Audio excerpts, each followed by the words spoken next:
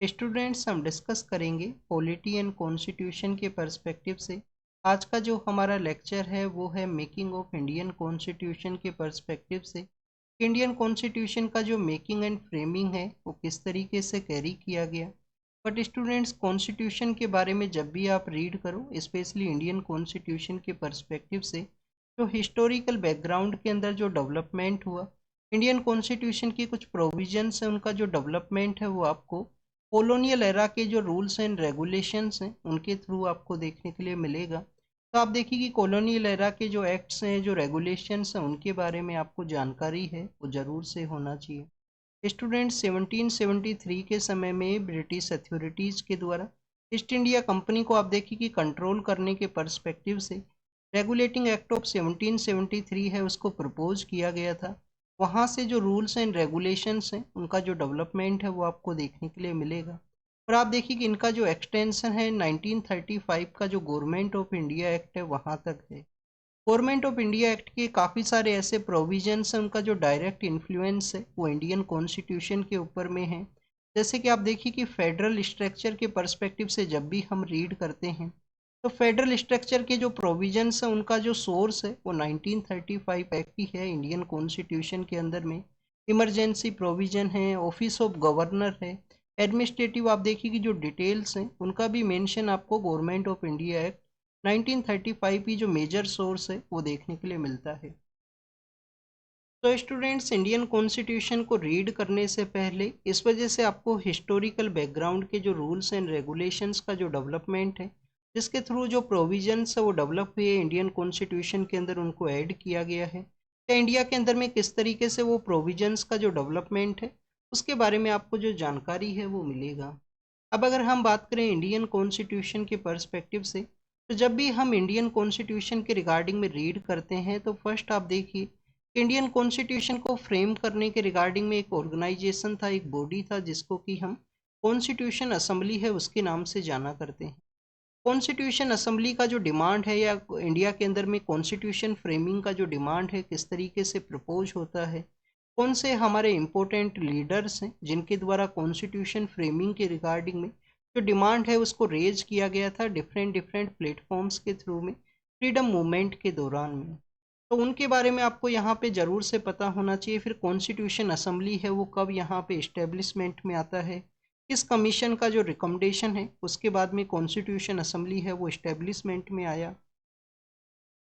क्योंकि students, UPSC के द्वारा प्रीलिम्स के पेपर के अंदर में ये जो बेसिक क्वेश्चंस हैं वो पूछे गए हैं, चाहे वो कैबिनेट मिशन के पर्सपेक्टिव से हो, चाहे वो क्रिप्स मिशन के पर्सपेक्टिव से हो, या आप देखिए कि मेंस का जो पेपर है 2016 का जो मेंस का पेपर है उसके अंदर क्वेश्चन पूछ लिया गया था 1935 का जो गवर्नमेंट ऑफ इंडिया एक्ट है उसके जो बेसिक प्रोविजंस हैं उनके बारे में।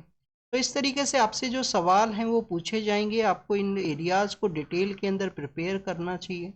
बेसिकली आप देखिए कि कॉन्स्टिट्यूशन असेंबली का जो डिमांड किया गया लीडर्स के द्वारा, फिर वो इस्टेब्लिशमेंट में आती है, और उसके इस्टेब्लिशमेंट के आने के बाद में इंडियन कॉन्स्टिट्यूशन का जो फ्रेमिंग है वो किस तरीके से किया गया, उसी के लेटर फेज के अंदर में इंडिया का जो इंडिपेंडेंस है वो आपको देखने के लिए मिलेगा।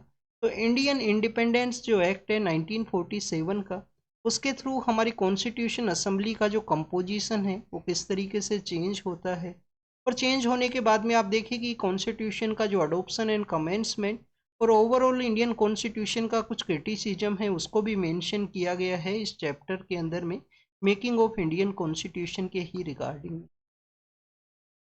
तो स्टूडेंट्स, डिस्कशन को स्टार्ट करते हैं। आप देखिए कि over the years Indian freedom movement के दौरान में 1906 के समय जब बंगाल का जब बंगाल का जब आप देखिए कि जो डिवाइड है वो होता है, बंगाल का पार्टीशन किया गया था ब्रिटिश अथॉरिटीज़ के द्वारा 1905 के समय में। उसी दौरान में कांग्रेस का एक सेशन है वो ऑर्गेनाइज होता है 1906 के समय में। दादा भाई नारोजी के द्वारा उस सेशन को हेड किया गया था, और इंडियन कॉन्स्टिट्यूशन का इंडियन नेशनल कांग्रेस का जो ऑब्जेक्टिव है वो रखा जाता है कि उनको स्वराज है उसे अटेंड करना है। इंडियन कॉन्स्टिट्यूशन के द्वारा फ्रीडम मूवमेंट के थ्रू जो स्वराज का जो कॉन्सेप्ट है, स्वराज उस समय बेसिकली एक डोमिनियन स्टेटस की तरह जो कॉन्सेप्ट है वो हुआ करता था, उसको आप देखिए कि पुट फॉरवर्ड किया गया इंडियन नेशनल कांग्रेस का जो ऑब्जेक्टिव है उसके रिगार्डिंग में। स्टूडेंट्स, लेटर फॉर्म के अंदर में इंडियन नेशनल कांग्रेस का जो ऑब्जेक्टिव है वो चेंज होता है 1929 के समय में। 1929 के समय कांग्रेस का जो सेशन है वो कहाँ पे ऑर्गेनाइज हुआ था? लाहौर के अंदर में। इसके द्वारा हेड किया गया था जवाहरलाल नेहरू हैं, उनके द्वारा इसको हेड किया जाता है। फर्स्ट टाइम इस सेशन को हेड किया गया था कांग्रेस के 1929 के समय उनके दौरान में। और लेटर फेज के अंदर और भी काफ़ी सारे जो सेशन है वो अटेंड करेंगे।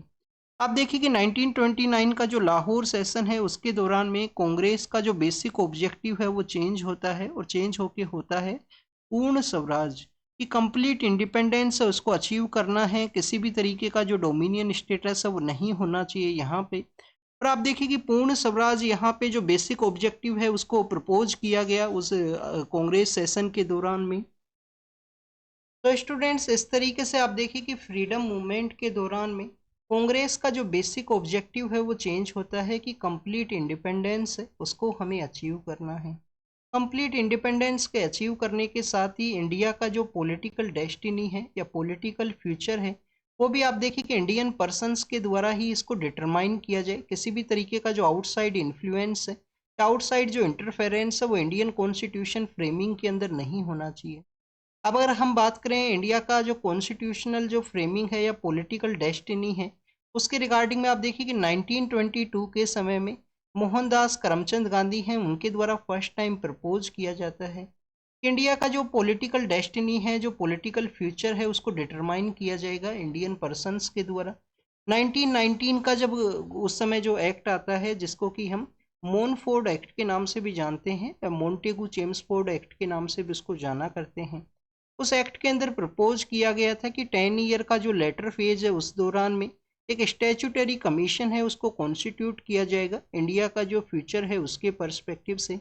स्टूडेंट्स, स्टैट्यूटरी कमीशन है जो कॉन्स्टिट्यूट होता है जिसको कि हम साइमन कमीशन के नाम से जाना करते हैं।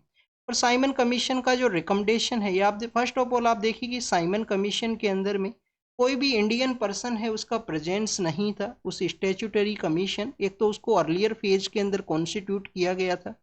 फर्स्ट आप देखिए कि अर्लियर फेज के अंदर कॉन्स्टिट्यूट होता है। सेकंड आप देखिए कि नो इंडियंस, किसी भी इंडियन का प्रेजेंस नहीं है। और इनके द्वारा इंडिया का जो पॉलिटिकल फ्यूचर है उसके रिगार्डिंग में कॉन्स्टिट्यूशन फ्रेमिंग का जो इंडियंस का डिमांड है उसको रिजेक्ट है वो कर दिया जाता है। इनकी कुछ अदर डिमांड, कुछ अदर यहाँ पे आप देखिए कि रिकमेंडेशन है वो हुआ करती हैं उसके रिगार्डिंग में। राउंड टेबल कॉन्फ्रेंस वो ऑर्गेनाइज होती है। Round table conference and statutory commission के थ्रू इंडिया का जो पॉलिटिकल फ्यूचर है, पॉलिटिकल डेस्टिनी है, कॉन्स्टिट्यूशन फ्रेमिंग का, उसका वन काइंड ऑफ फेलियर है वो आपको देखने के लिए मिलेगा। फिर उसके लेटर फेज के अंदर में आप देखिए कि 1934 के समय एक कम्युनिस्ट आइडियोलॉजी के एक पॉलिटिकल लीडर हैं एम.एन. रॉय, उनके द्वारा फर्स्ट टाइम इंडिया का जो कॉन्स्टिट्यूशन फ्रेमिंग का जो डिमांड है वो किया जाएगा कि कॉन्स्टिट्यूशन असेंबली है उसको सेटअप किया जाए कॉन्स्टिट्यूशन फ्रेमिंग के रिगार्डिंग में। 1935 के समय आप देखिए कि इंडियन नेशनल कांग्रेस के द्वारा भी कॉन्स्टिट्यूशनल डेवलपमेंट या इंडिया के जो लोकल पर्सन्स हैं उन्हीं के थ्रू कॉन्स्टिट्यूशन का जो फ्यूचर डेवलपमेंट है, फ्यूचर के अंदर जो कॉन्स्टिट्यूशन का डेवलपमेंट है वो किया जाए, इस डिमांड को प्रपोज किया जाता है एज ए ऑफिशियल स्टैंड के रिगार्डिंग में। इसके अलावा आप देखिए कि हमारे जो जवाहरलाल नेहरू हैं उनके द्वारा भी 1938 के समय में आपको ये जो बेसिकली इंडियन पर्सन्स के द्वारा ही इंडिया का जो पॉलिटिकल फ्यूचर है उसको डिसाइड किया जाए, ये जो डिमांड है वो देखने के लिए मिलेगा। तो स्टूडेंट्स, ओवर द ईयर्स हमारे जो डिफरेंट डिफरेंट पॉलिटिकल लीडर्स हैं उनके द्वारा डिमांड किया गया कि इंडिया का जो पॉलिटिकल डेस्टिनी है, जो पॉलिटिकल फ्यूचर है उसको डिटरमाइन किया जाएगा इंडियन पर्सन्स के द्वारा। आउटसाइड जो इंटरफेरेंस है वो नहीं होना चाहिए इंडिया का कॉन्स्टिट्यूशन फ्रेमिंग के अंदर में। और कॉन्स्टिट्यूशन फ्रेमिंग के रिगार्डिंग में कॉन्स्टिट्यूशन असेंबली है उसका इस्टेब्लिशमेंट हो। बट आप देखिए कि 1939 के समय में 1 सितंबर का वो डे है जब जर्मनी के द्वारा पोलैंड के ऊपर अटैक किया जाएगा और वर्ल्ड वॉर सेकेंड का जो इनिशियल है वो स्टार्ट होता है। वर्ल्ड वॉर सेकेंड यहाँ पे स्टार्ट होता है उस दौरान में।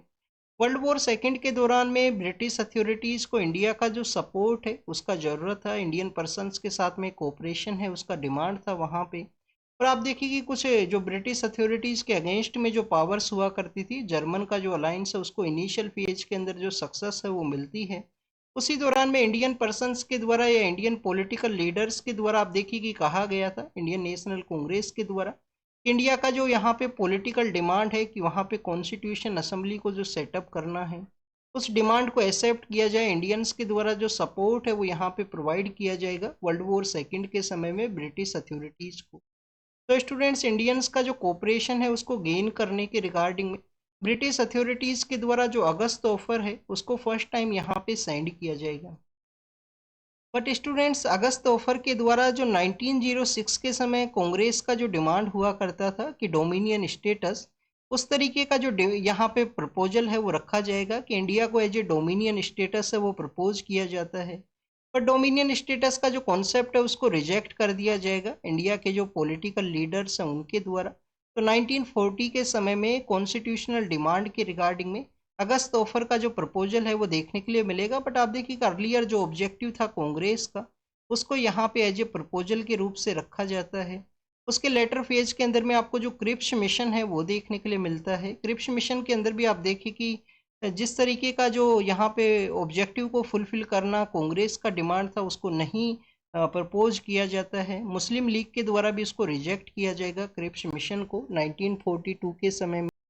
क्रिप्स मिशन के अंदर मेंशन किया जाता है कि जो इंडियन स्टेट्स हैं, जो प्रिंसली स्टेट्स हैं, वो इंडियन यूनियन को ना भी ज्वाइन करें तो आप देखिए उनके द्वारा एक डिफरेंट स्टेट्स है वो क्रिएट किया जा सकता है। इसी तरीके के प्रोविजंस को देखते हुए इसको जो रिजेक्ट है वो किया जाएगा। लेटर फॉर्म के अंदर में कंसिलिएशन की रिगार्डिंग में कि जो इंडियन नेशनल कांग्रेस है, मुस्लिम लीग का जो डिमांड है उसके अंदर एक कंसिलिएशन या आप देखिए कि एक जो डिमांड है, एक प्रपोजल है, उसको एक्सेप्ट किया जाए। उसके रिगार्डिंग में भी काफ़ी सारे जो मिशंस हैं वो आपको देखने के लिए मिलेंगे। जैसे कि वावेल नाम के एक पर्सन है, इंडिया के वाइस रॉय हैं, वो हुआ करते थे।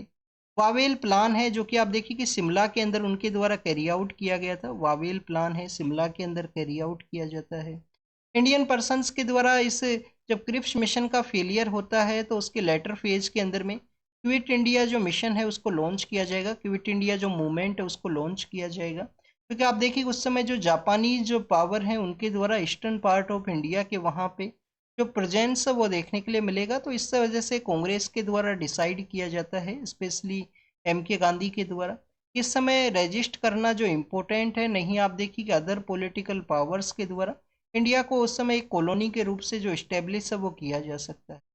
लेटर फॉर्म के अंदर में आपको जो कैबिनेट मिशन है वो फर्स्ट टाइम आपको देखने के लिए मिलता है कि कॉन्स्टिट्यूशन असेंबली का जिस भी तरीके का जो डिमांड है, सम हाउ मोर और लेस वे के अंदर में सभी जो सेक्शंस हैं, चाहे वो इंडियन नेशनल कांग्रेस हो, मुस्लिम लीग हो, या जो अदर सेक्शन है, उनका जो डिमांड है उसको सम हाउ फुलफिल है वो किया गया कैबिनेट मिशन के द्वारा। स्टूडेंट्स, कैबिनेट मिशन का ही जो रिकमेंडेशन है उसी के थ्रू आपको लेटर फेज के अंदर में जो कॉन्स्टिट्यूशन असेंबली है उसका इस्टेब्लिशमेंट है वो किया गया था।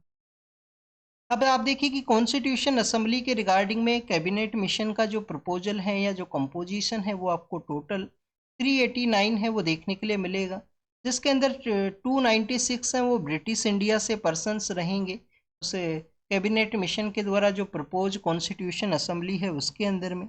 296 आपको ब्रिटिश इंडिया से हैं। 93 आप देखिए कि जो सीट्स हैं वो प्रिंसली स्टेट्स को दिया गया वहाँ पे। अगर हम बात करें स्टूडेंट्स इन 296 सीट्स के अंदर में भी, तो आप देखिए कि 292 जो सीट्स हैं वो 11 उस समय जो गवर्नर के जो प्रोविंस हुआ करते थे वहाँ से जो ये संख्या है वो देखने के लिए मिलेगा। इसमें आप देखिए कि जो 292 का जो नंबर है, 292 का जो नंबर है, 11 जो गवर्नर के जो प्रोविंस हुआ करते थे वहाँ से ये नंबर्स आपको देखने के लिए मिलेंगे। और जो नंबर्स है वो उस समय वहाँ पे जो चीफ कमिश्नर प्रोविंस हुआ करते थे वहाँ पे हर एक चीफ कमिश्नर प्रोविंस के वहाँ से एक एक पर्सन है उसको अपॉइंट किया जाएगा। इस तरीके से 296 का ये नंबर है। 93 के बारे में अगर हम बात करें तो प्रिंसली स्टेट्स हैं, हर एक प्रिंसली स्टेट को एक सीट है वो अलोकेट किया गया कॉन्स्टिट्यूशन असेंबली के अंदर में। और जो प्रिंसली स्टेट्स के जो हेड हुआ करते थे उनके द्वारा अपने को ही वहाँ पे जो नॉमिनेट है वो कर दिया जाता है। स्टूडेंट, जो सभी सेक्शन ऑफ सोसाइटी हैं, चाहे वो मुस्लिम हो चाहे वो सिख हो, इसके अलावा आप देखिए कि जनरल सीट्स हैं, उनका जो प्रोपोर्शनल जो रिप्रेजेंटेशन है उनकी पॉपुलेशन के अकॉर्डिंग में वो आपको इस कंपोजिशन के अंदर जो रिप्रेजेंटेशन है सभी सेक्शन ऑफ सोसाइटी का वो आपको देखने के लिए मिलेगा। अब आप देखिए कि यहाँ पे एक आपके लिए क्वेश्चन है कि कौन कौन सी वुमेन हमारे यहाँ पे जो वुमेन पर्सन्स हैं जिनके द्वारा कॉन्स्टिट्यूशन असेंबली है उसको ज्वाइन किया गया था। तो इंडियन जो 11 आपको जो इंडियन वुमेन्स हैं वो देखने के लिए मिलती हैं जिनके द्वारा कॉन्स्टिट्यूशन असेंबली के अंदर में एक इम्पोर्टेंट रोल है वो प्ले किया गया, जिनको कि हम फाउंडिंग मदर्स के नाम से जाना करते हैं। तो वो 11 नेम्स आपको ज़रूर से पता होने चाहिए। लास्ट 1 और 2 ईयर के अंदर में काफ़ी बार यूपीएससी सॉरी काफ़ी बार न्यूज़पेपर्स के अंदर में उनका जो नेम है उसको मेंशन किया गया है। तो आप देखिए अपना जो आपका जो बुक जो आप रीड करते हो उसी के अंदर कहीं मार्जिन के ऊपर आप उनके नेम को लिखना, जिससे कि आप देखिए कि आपको वो एग्जाम के अंदर में या जब भी उस चैप्टर को रिवाइज करो तो आपको वो याद है वो रह सके। हमारी जो कॉन्स्टिट्यूशन असेंबली जब इस्टेब्लिश होती है, जब ये टोटल स्ट्रेंथ बताई जाती है, तो इनिशियली जो प्रिंसली स्टेट्स हैं उसको नहीं ज्वाइन करेंगे। बट आप देखिए कि लेटर फॉर्म के अंदर में जो प्रिंसली स्टेट्स हैं वो अपना जो ज्वाइनिंग प्रोसेस है उसको स्टार्ट करते हैं। स्टूडेंट्स 3 जून 1947 के समय में माउंट बेटन का जो पार्टीशन प्लान है वो एग्जिस्टेंस के अंदर में आएगा कि हमारा जो कंट्री है उसको किस तरीके से यहाँ पे डिवाइड करना है। तो आप देखिए कि 3 जून 1947 के समय में वो पार्टीशन प्लान है वो एग्जिस्टेंस के अंदर में आता है। उसी पार्टीशन प्लान के थ्रू आप देखिए कि इंडियन इंडिपेंडेंस एक्ट है वो भी इस्टेब्लिशमेंट में आएगा, इंडियन इंडिपेंडेंस एक्ट ऑफ 1947। तो 1947 के इस इंडियन इंडिपेंडेंस एक्ट के बाद में जो कॉन्स्टिट्यूशन असेंबली का जो टोटल स्ट्रेंथ उसके अंदर यहाँ पे चेंज होगा। और भी काफ़ी कुछ आपको जो चेंज है कॉन्स्टिट्यूशन असेंबली के रिगार्डिंग में देखने के लिए मिलेगा कि जैसे कि हमारी जो कॉन्स्टिट्यूशन असेंबली है उसको as a fully sovereign body के रूप से कॉन्स्टिट्यूट कर दिया जाएगा। तो इवन इसको एम्पावर भी किया जाता है कि कॉन्स्टिट्यूशन असेंबली जो है वो आप देखिए कि फुल्ली सोवरिन बॉडी है। सोवरिन बॉडी का मीन्स क्या है कि यहाँ पे उनके द्वारा किसी भी तरीके से जो लॉ है उसको एग्जामिन किया जाएगा कि इंडिया का जो डिमांड है उसके अकॉर्डिंग में वो लॉ है उसका ज़रूरत है, तो उसको आप देखिए कि इंडियन कॉन्स्टिट्यूशन के अंदर उन प्रोविजंस को ऐड है वो किया जा सकता है। तो law making power, alter of the law का जो पावर है वो भी यहाँ पे दिया गया है। ब्रिटिश पार्लियामेंट के किसी भी जो इम्प्लीमेंटिंग जो लॉ है कानून है उसको चेंज है वो किया जा सकता है कॉन्स्टिट्यूशन असेंबली के द्वारा। बेसिकली स्टूडेंट्स कॉन्स्टिट्यूशन असेंबली को वहाँ पे एक लेजिस्लेटिव बॉडी है, सोवरिन बॉडी के साथ में आप देखिए कि लेजिस्लेटिव बॉडी है उसके रूप से भी सेटअप किया गया था इसे इंडियन इंडिपेंडेंस एक्ट ऑफ 1947 के द्वारा। लेजिस्लेटिव बॉडी के अंदर में आप देखिए कि जो लॉ मेकिंग का जो पावर है वो तो बेसिकली कॉन्स्टिट्यूशन असेंबली को दिया गया, बट ऑर्डिनरी जो कानून हुआ करते थे उस समय में उन ऑर्डिनरी जो कानून है फ्री इंडिया के रिगार्डिंग में उनका जो इम्प्लीमेंटेशन का जो पावर है उसको एज ए लेजिस्लेटिव बॉडी के रूप से आपको देखने के लिए मिलेगा। आप देखिए कि उस लेजिस्लेटिव बॉडी के रिगार्डिंग में जो वहाँ पे जो चेयर करते थे वो आपको जीवी मावलंकर हैं वो देखने के लिए मिलेंगे। और ये जो टू फंक्शन है कॉन्स्टिट्यूशन असेंबली के as a constitutional body and legislative body के रूप से ये कंटिन्यूस आपको 26 नवंबर 1949 के समय तक आपको देखने के लिए मिलेंगे जब कॉन्स्टिट्यूशन को फर्स्ट टाइम अडोप्ट है वो किया जाता है। अब अगर हम बात करें स्टूडेंट टोटल स्ट्रेंथ जो यहाँ पे 389 होता है वो चेंज होगा 299, आपको जो टोटल स्ट्रेंथ है वो देखने के लिए मिलेगा। आप देखिए कि 229 जो स्ट्रेंथ है वो ब्रिटिश इंडिया से है, 17 जो प्रिंसली स्टेट्स हैं जो अर्लियर फेज के अंदर 93 हैं वो हुआ करते थे। नेक्स्ट अगर हम डिस्कस करें स्टूडेंट्स इंडियन कॉन्स्टिट्यूशन असेंबली के बारे में तो आप देखिए कि इंडियन कॉन्स्टिट्यूशन असेंबली का जो वर्किंग प्रोसेस है उसके बारे में आपको जानकारी होना चाहिए कि 1946 का जो आप देखिए कि कैबिनेट मिशन है उसके द्वारा कॉन्स्टिट्यूशन असेंबली को प्रपोज किया गया। तो उसी के लेटर फेज के अंदर में आपको जो कॉन्स्टिट्यूशन असेंबली है उसका फर्स्ट मीटिंग है या जो वर्किंग प्रोसेस है वो आपको देखने के लिए मिलेगा। तो स्टूडेंट जो फर्स्ट मीटिंग है वो 9 दिसंबर 1946 के समय कैरी आउट की जाती है।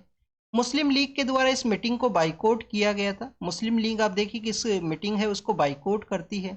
डॉक्टर सच्चिदानंद सिन्हा हैं उनको एक फ्रेंच प्रैक्टिस हुआ करती है। फ्रेंच प्रैक्टिस ये है कि जो ओल्डर पर्सन है जो एल्डर पर्सन है उनको यहाँ पे जो प्रिसाइडिंग ऑफिसर है या टेम्परेरी प्रेसिडेंट है वो अपॉइंट किया जाता है। जैसे कि आप देखिए कि प्रेजेंट समय में हमारा जो लोकसभा है लोकसभा के अंदर भी आपको जो प्रिसाइडिंग ऑफिसर हैं वो आपको जो आप देखिए कि जब इनिशियल फेज के अंदर स्पीकर को जब नहीं चूज किया जाता है तो उस समय में आपको एक प्रो टाइम स्पीकर का जो प्रोविजन है वो देखने के लिए मिलेगा। कि जो सीनियर मोस्ट पर्सन है उनको as a pro time speaker है वो अपॉइंट किया जाता है। तो 2024 का जो लोकसभा जब कॉन्स्टिट्यूट हुआ था तो प्रो टाइम स्पीकर है वो कौन थे, ये आपको होमवर्क है, कमेंट सेक्शन के अंदर आपको बताना है। स्टूडेंट्स, कॉन्स्टिट्यूशन असेंबली का लेटर फॉर्म के अंदर जो प्रेसिडेंट है उनको आप देखिए कि यहाँ पे इलेक्ट है वो किया जाता है। राजेंद्र प्रसाद फर्स्ट यहाँ पे जो प्रेसिडेंट है वो इलेक्ट होते हैं। 2 आपको वाइस प्रेसिडेंट है वो देखने के लिए मिलेंगे। एस सी मुखर्जी हैं, वी टी कृष्णामाचारी हैं। 2 यहाँ पे आप देखिए कि जो वाइस प्रेसिडेंट हैं कॉन्स्टिट्यूशन असेंबली के, और प्रेसिडेंट कौन है स्टूडेंट्स, राजेंद्र प्रसाद हैं।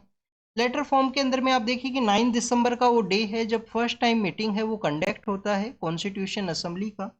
लेटर मीटिंग के अंदर में आपको जो 13 दिसंबर है उस दौरान में ऑब्जेक्टिव रिजोल्यूशन है उसको प्रपोज किया जाता है कॉन्स्टिट्यूशन असेंबली के वहाँ पे, जो कि बेसिकली इंडियन कॉन्स्टिट्यूशन का जो फ्रेमिंग है उसका जो बेसिक फिलोसफी है उसको लेट डाउन करता है। कि हमारे यहाँ पे जो बेसिक फिलोसफी है कि जो पीपल ऑफ द हमारे जो कंट्री के जो पीपल्स हैं उन्हीं के थ्रू जो पावर है उसको यहाँ पे कैरी फॉरवर्ड किया जाएगा। जैसे कि हमारे प्रियम्बल के अंदर में आपको we the people of India जो सोर्स ऑफ पावर देखने के लिए मिलते हैं। यहाँ पे जो फिलोसफी ऑफ कॉन्स्टिट्यूशन है, जो ऑब्जेक्टिव रिजोल्यूशन के अंदर में कंप्लीट फिलोसफी को बताया गया, पीपल्स के थ्रू जो पावर है उसको भी सोर्स बताया गया है ऑब्जेक्टिव रिजोल्यूशन के अंदर में। कंप्लीट जो हमारा टेरिटरी है, चाहे वो यूनियन टेरिटरीज हो, स्टेट्स हो, प्रेजेंट समय में इस टेरिटरी का जो कंप्लीट जो लॉ मेकिंग पावर है वो कॉन्स्टिट्यूशन असेंबली है उसको दिया गया। स्टूडेंट्स, लेटर फेज के अंदर में ऑब्जेक्टिव रिजोल्यूशन है उसको आप देखिए कि अडोप्ट है वो किया जाता है कॉन्स्टिट्यूशन असेंबली के द्वारा। वो डे है 22 जनवरी 1947 जब ऑब्जेक्टिव रिजोल्यूशन है उसको बेसिकली अडोप्ट है वो किया जाएगा।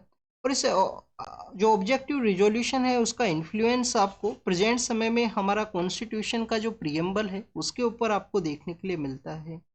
नेक्स्ट अगर हम बात करें स्टूडेंट्स, यहाँ पे जो कॉन्स्टिट्यूशन असेंबली के द्वारा, एक तो आपको ये जो डेट है वो जरूर से याद होना चाहिए कि जनवरी 22 1947 है जब कॉन्स्टिट्यूशन असेंबली के द्वारा ऑब्जेक्टिव रिजोल्यूशन है उसको अडोप्ट किया गया था। नेक्स्ट आप देखिए कि कुछ अदर जो मेजर वर्क्स हैं, कुछ अदर जो मेजर फंक्शंस हैं कॉन्स्टिट्यूशन असेंबली के द्वारा कैरी आउट किए गए थे कॉन्स्टिट्यूशन फ्रेमिंग करने के अलावा। तो स्टूडेंट्स, कॉन्स्टिट्यूशन असेंबली के द्वारा जो अदर वर्क जो कैरी आउट किए गए, फर्स्ट है वहाँ पे नेशनल फ्लैग है, हमारा जो नेशनल फ्लैग है उसका अडोप्शन करना। नेशनल फ्लैग को कब अडोप्ट किया गया था कॉन्स्टिट्यूशन असेंबली के द्वारा, तो 22 जुलाई का वो समय है, 22 जुलाई 1947 जब कॉन्स्टिट्यूशन असेंबली के द्वारा हमारा जो नेशनल फ्लैग है उसको अडोप्ट है वो किया जाता है। आप देखिए कि नेशनल फ्लैग को जो ड्राफ्ट जो इसका जो इसको फ्रेम किसके द्वारा किया गया है, पिंगाली वेंकैया नाम के वो पर्सन है जिनके द्वारा हमारा जो नेशनल फ्लैग है उसको आप देखिए कि जो डिजाइन है वो किया गया था। नेक्स्ट अगर हम डिस्कस करें स्टूडेंट्स, हमारा जो नेशनल एंथम है, नेशनल एंथम कौन सा है स्टूडेंट्स, जनगण मन है, जो किसके द्वारा लिखा गया है, रविंद्रनाथ टैगोर के द्वारा। तो आप देखिए कि इसको भी अडोप्ट है वो किया जाता है, नेशनल जो एंथम है उसे भी। नेशनल एंथम को अडोप्ट किया गया स्टूडेंट 24 जनवरी 1950 के समय में। नेशनल जो सॉन्ग है वंदे मातरम, जो कि बंकिम चंद्र चट्टोपाध्याय जी के द्वारा लिखा गया है 24 जनवरी 1950 के समय, कमेंसमेंट से जस्ट 2 डेज बिफोर इसको भी यहाँ पे अडोप्ट वो किया गया था। हमारे जो फर्स्ट प्रेसिडेंट हैं जिनका इलेक्शन है, जिनको कि इलेक्ट किया गया, वो भी आपको 24 जनवरी 1950 के समय ही देखने के लिए मिलेगा। और आप देखिए कि कॉमनवेल्थ के लिए इंडिया का जो मेंबरशिप है, जो कि ब्रिटेन का जो कॉलोनीज हुआ करती हैं उनका ये ग्रुप है कॉमनवेल्थ।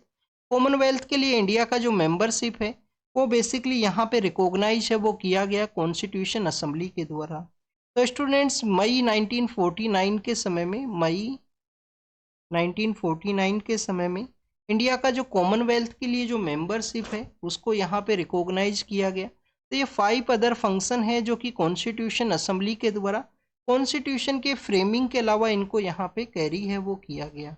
स्टूडेंट्स, कॉन्स्टिट्यूशन असेंबली के द्वारा जनवरी 24 1950 के समय में हम अपना जो फाइनल सेशन है उसको कंडक्ट किया गया।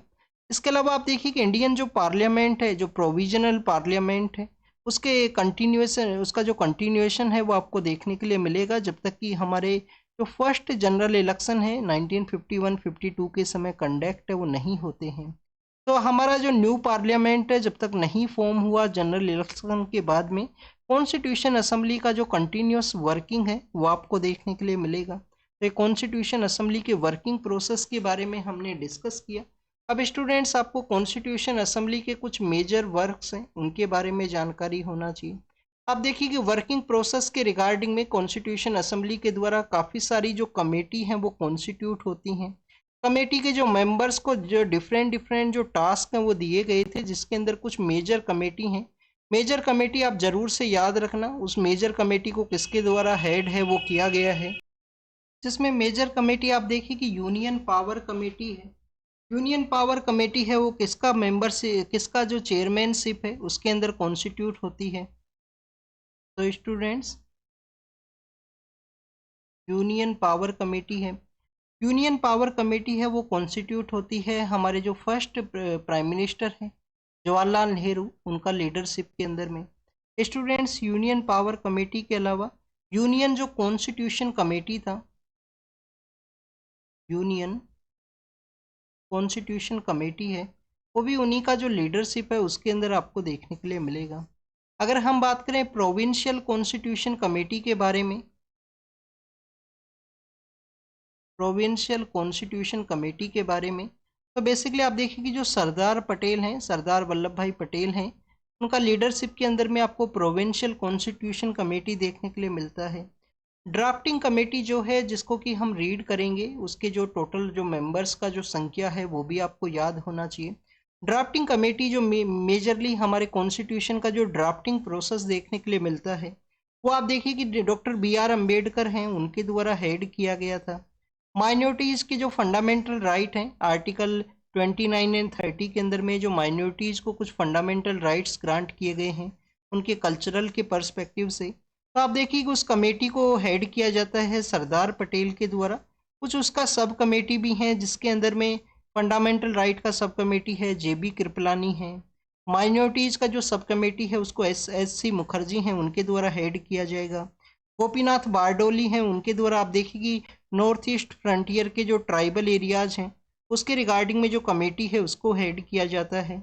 और AV ठक्कर नाम के जो पर्सन हैं उनके द्वारा बेसिकली जो अदर पार्ट्स हैं नॉर्थ ईस्टर्न इंडिया के, उसके रिगार्डिंग में जो सब कमेटी है उसको हेड किया जाएगा। तो ये कुछ कमेटीज हैं जिनका नाम आपको पता होना चाहिए।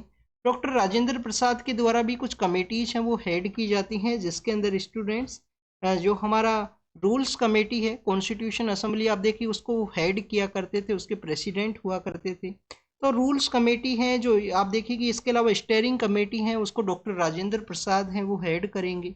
स्टेट्स का जो कमेटी है, स्टेट्स का जो कमेटी है नेगोशिएशन के रिगार्डिंग में, उसको जवाहरलाल नेहरू हैं उनके द्वारा हेड है वो किया जाएगा। तो ये कुछ 8 मेजर कमेटी हैं, इनके जो चेयरमैन हैं उनके बारे में आपको पता होना चाहिए। इसके अलावा काफ़ी सारी माइनॉरिटी कमेटी हैं वो भी कॉन्स्टिट्यूट हुआ था। कुछ आप देखिए कि कॉन्स्टिट्यूशन असेंबली का जो हाउसिंग प्रोसेस है उसके रिगार्डिंग में माइनॉरिटी कमेटी है वो कॉन्स्टिट्यूट होता है। कुछ वहाँ पे जो चीफ कमिश्नर के जो प्रोविंस हुआ करते थे उसके रिगार्डिंग में माइनॉरिटी कम्युनिटीज़ हैं। तो मेजरली आपको जो मेजर कमेटीज़ हैं उसके बारे में जो बेसिक इन्फॉर्मेशन है वो ज़रूर से होना चाहिए। अब स्टूडेंट्स अगर हम यहाँ पे डिस्कस करें जो ड्राफ्टिंग जो प्रोसेस है कि कॉन्स्टिट्यूशन का जो ड्राफ्टिंग कमेटी है उसके बारे में, तो आप देखिए कि ये मेजर कमेटी है जिसके द्वारा कॉन्स्टिट्यूशन का जो मेन स्ट्रक्चर है उसको ड्राफ्ट किया गया। और इस ड्राफ्टिंग कमेटी को कॉन्स्टिट्यूट किया गया था 29 जो अगस्त का जो समय है, 29 अगस्त 1947 के समय में। आप देखिए कि ड्राफ्टिंग कमेटी है उसको हेड किया गया था डॉक्टर जो B.R. अम्बेडकर हैं उनके द्वारा इसको हेड किया जाएगा। वो इसके जो चेयरमैन हैं वो हुआ करते थे। इसके अलावा स्टूडेंट्स N. गोपाल स्वामी अयंगर हैं, अल्लादी कृष्ण स्वामी अय्यर हैं। N. गोपाल स्वामी अयंगर हैं, अल्लादी कृष्ण स्वामी अय्यर हैं। Students K.M. मुंशी हैं, डॉक्टर K.M. मुंशी हैं, सैयद मोहम्मद सादुल्ला हैं, और आपको N. माधव राव और T.T. कृष्णमाचारी हैं। ये अदर पर्सन वो आपको देखने के लिए मिलेंगे ड्राफ्टिंग कमेटी के जो मेंबर्स हैं उसके रूप से। आप देखिए कि जो यहाँ पे हमने N. माधव राव हैं उनकी पर्सपेक्टिव से डिस्कस किया, उनके द्वारा बेसिकली जो BL मित्तर हैं उनको रिप्लेस किया गया था, और स्टूडेंट TT कृष्णमाचारी के द्वारा DP खेतान हैं उनको जो रिप्लेस है वो किया जाता है। तो ड्राफ्टिंग कमेटी के जो 7 मेंबर्स हैं उसके बारे में आप रीड करना, आपको अच्छे से वो याद होने चाहिए, और आप देखिए कि मेमोराइज होना जरूरी है कुछ फैक्चुअल इंफॉर्मेशन का, जिसकी वजह से आप यहाँ पे जो कंप्लीट प्रिपरेशन है उसके अंदर कॉन्फिडेंस है वो आप देखिए कि कैरी आउट कर सकोगे। नेक्स्ट अगर हम बात करें स्टूडेंट्स, कॉन्स्टिट्यूशन असेंबली के द्वारा मेनली जो मेन कॉन्स्टिट्यूशन की जो प्रोविजंस हैं उनका जो ड्राफ्ट है, जो स्ट्रक्चर है वो कैरी किया गया। अगर हम बात करें अब कॉन्स्टिट्यूशन के इनेक्टमेंट प्रोसेस के बारे में, तो कॉन्स्टिट्यूशन असेंबली है वो आप देखिए कि 2 ईयर 11 मंथ और 18 डेज का जो समय है उसके रिगार्डिंग में उसका जो वर्किंग प्रोसेस है वो आपको देखने के लिए मिलेगा। अब आप देखिए कि जो 26 नवंबर 1949 का जो डे है, 26 नवंबर 1949 का जो डे है, उस दिन कॉन्स्टिट्यूशन असेंबली अपना जो फाइनल सेशन है, फाइनल ड्राफ्ट का जो रिजोल्यूशन है या जो मोशन है उसको मूव किया जाता है, और कॉन्स्टिट्यूशन का जो अडोप्शन है वो आपको देखने के लिए मिलेगा। हमारा जो प्रियम्बल है उसके अंदर में आप देखिए कॉन्स्टिट्यूशन अडोप्शन का जो डे है, कॉन्स्टिट्यूशन अडोप्शन का जो डे है 26 नवंबर 1949 को मेंशन किया गया है। कॉन्स्टिट्यूशन कमेंसमेंट 2 मंथ के लेटर फेज के अंदर में आएगा 26 जनवरी 1950 के समय में। तो ये कॉन्स्टिट्यूशन अडोप्शन के बारे में था, कॉन्स्टिट्यूशन को अडोप्ट किया गया उस दौरान में। अब आप देखिए कि प्रेजेंट समय में हमारी जो गवर्नमेंट है उनके द्वारा कॉन्स्टिट्यूशनल डे है या जो लॉ डे है वो भी सेलिब्रेट किया जाता है 26 नवंबर को। अगर हम बात करें स्टूडेंट्स कॉन्स्टिट्यूशन के एनफोर्समेंट के बारे में, तो आप देखिए कि कॉन्स्टिट्यूशन का जो कमेंसमेंट है वो आपको कब देखने के लिए मिलेगा, 26 जनवरी 1950 के समय में। अब इस दिन क्यों यहाँ पे कमेंस किया गया, कमेंस इस वजह से किया गया कि 26 जनवरी 1930 के समय में जो लाहौर रिजोल्यूशन के समय प्रपोज किया गया था कि 26 जनवरी को पूर्ण स्वराज दिवस के रूप से सेलिब्रेट किया जाएगा। तो पूर्ण स्वराज दिवस का जो हिस्टोरिकल इन्फ्लुएंस होने की वजह से 26 जनवरी को ही कॉन्स्टिट्यूशन को कमेंस किया गया था उस दौरान में पॉलिटिकल लीडर्स के द्वारा। तो कॉन्स्टिट्यूशन कमेंसमेंट के बारे में है, बट जब भी हम यहाँ पे कॉन्स्टिट्यूशन के एनफोर्समेंट के कुछ प्रोविजंस के बारे में डिस्कस करें, तो आप देखिए कि कुछ ऐसे भी प्रोविजन है कॉन्स्टिट्यूशन असेंबली के, उनका जो एनफोर्समेंट है वो आपको 26 नवंबर 1949 के समय ही देखने के लिए मिलता है। जैसे कि आप देखें कि हमारे जो सिटीजनशिप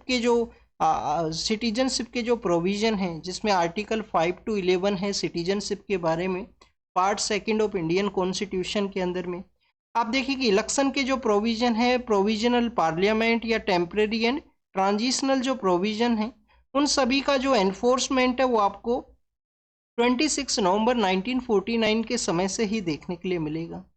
बाकी जो अदर हमारे यहाँ पे जो अदर प्रोविजंस हैं कॉन्स्टिट्यूशन असेंबली के, उन सभी का जो एनफोर्समेंट 26 जनवरी 1950 के समय हुआ था। स्टूडेंट्स, इस तरीके से कॉन्स्टिट्यूशन असेंबली है वो एनफोर्समेंट के अंदर में आती है। अब अगर हम बात करें कॉन्स्टिट्यूशन असेंबली के कुछ क्रिटिसिज्म है वो भी आपको देखने के लिए मिलते हैं। आप देखिए कि क्रिटिसिज्म इस वजह से है कि हमारा ये जो कॉन्स्टिट्यूशन असेंबली है वो क्या रिप्रेजेंटेटिव बॉडी है वो हुआ करती थी, क्या हमारा जो पीपल्स का जो ट्रू वॉइस है उसको इसके द्वारा रिप्रेजेंट किया गया है? तो स्टूडेंट्स, एक रिप्रेजेंटेटिव बॉडी आपको नहीं देखने के लिए मिलेगा। आप देखिए कि यहाँ पे पार्सली नॉमिनेटेड है, एडल्ट जो यूनिवर्सल फ्रेंचाइजी है उसको नहीं जो प्रैक्टिस है वो नहीं किया गया था। कुछ लिमिटेड जो फ्रेंचाइजी का जो प्रोसेस है उसी के थ्रू पर्सन्स का जो नॉमिनेशन है वो वहाँ पे आपको देखने के लिए मिलेगा। सेकंड, आप देखिए कि फुल्ली जो सोवरिन बॉडी है वो भी नहीं था Indian constitution assembly, fully sovereign body भी आपको नहीं है, टाइम कंज्यूमिंग है, टू मच, आप देखिए कि टू मच टाइमिंग कंज्यूमिंग इसके द्वारा कैरी आउट किया गया। जो कांग्रेस का डोमिनेशन है, कांग्रेस का इस कॉन्स्टिट्यूशन असेंबली है उसके अंदर डोमिनेशन है। तो आप देखिए कि इंडियन नेशनल कांग्रेस वही पॉलिटिकल पार्टी है वो हुआ करता था उस समय में। तो इंडियन नेशनल कांग्रेस का जो डोमिनेशन है वो आपको देखने के लिए मिलेगा, मेजरली लीडर्स वहीं से ही बिलोंग किया करते थे। थर्ड, आप देखिए कि जो लीगल सेक्टर से रिलेटेड जो पर्सन्स हैं उनका भी वहाँ पे जो लीगल पॉलिटिशियंस हैं उनका भी डोमिनेशन है। तो लीगल जो बैकग्राउंड के जो पर्सन्स हैं उनका भी डोमिनेशन है। तो स्टूडेंट्स, उनका डोमिनेशन होने की वजह से हमारे कॉन्स्टिट्यूशन का जो बल्कीनेस है, या आप देखिए कि जो कॉम्प्लिकेट लैंग्वेज है उसको कैरी किया गया। इसके अलावा भी हमारी कॉन्स्टिट्यूशन असेंबली के कुछ बेसिक फैक्चुअल इंफॉर्मेशन है, वो भी आपको पता होना चाहिए। आप देखिए स्टूडेंट, जो एलिफेंट है उसको एज ए सील के रूप से यूज किया गया था, सिंबल के रूप से यूज किया गया था कॉन्स्टिट्यूशन असेंबली का। तो कॉन्स्टिट्यूशन असेंबली का जो सिंबल है वो क्या था, एलिफेंट था। BN राव नाम की जो पर्सन है उनको कॉन्स्टिट्यूशनल एडवाइजर है वो अपॉइंट किया गया था। BN राव हैं, वो आप देखिए कि कॉन्स्टिट्यूशनल एडवाइजर थे कॉन्स्टिट्यूशन असेंबली के। स्टूडेंट्स, इसके अलावा सेक्रेटरी ऑफ असेंबली भी हुआ करते थे, HVR अयंगर हैं। SN मुखर्जी हैं, वो मेन आपको जो ड्राफ्ट मैन है वो देखने के लिए मिलेंगे कॉन्स्टिट्यूशन असेंबली के। तो ये बेसिक इंपॉर्टेंट इंफॉर्मेशन नहीं है, काफ़ी रेयरली यहाँ से जो क्वेश्चन है वो आपसे पूछा जाएगा एग्जाम के अंदर में। अगर हम बात करें और कुछ प्रोविजंस के बारे में कॉन्स्टिट्यूशन असेंबली के ही पर्सपेक्टिव, जो नंदलाल बोस हैं उनका भी एक इम्पोर्टेंट कंट्रीब्यूशन है। नंदलाल बोस आपने फ्रीडम स्ट्रगल के दौरान में आप देखिए कि रीड किया होगा, तो calligraphy and beautification of constitution का जो ब्यूटिफिकेशन एंड कैलीग्राफी है वो उन्हीं के द्वारा जो कैरी है वो किया गया था। तो ये जो बेसिक इंफॉर्मेशन है मेकिंग ऑफ इंडियन कॉन्स्टिट्यूशन के बारे में था। आप इस कॉन्स्टिट्यूशन असेंबली का या जो मेकिंग ऑफ इंडियन कॉन्स्टिट्यूशन के जो प्रोविजंस हैं उनको रीड कीजिए, रिवाइज कीजिए। जो भी इंफॉर्मेशन आपको मिला है उसको नोट डाउन कीजिए, या अपना जो रिवीजन है उसको अच्छे से कैरी कीजिए। Thank you students, thank you very much.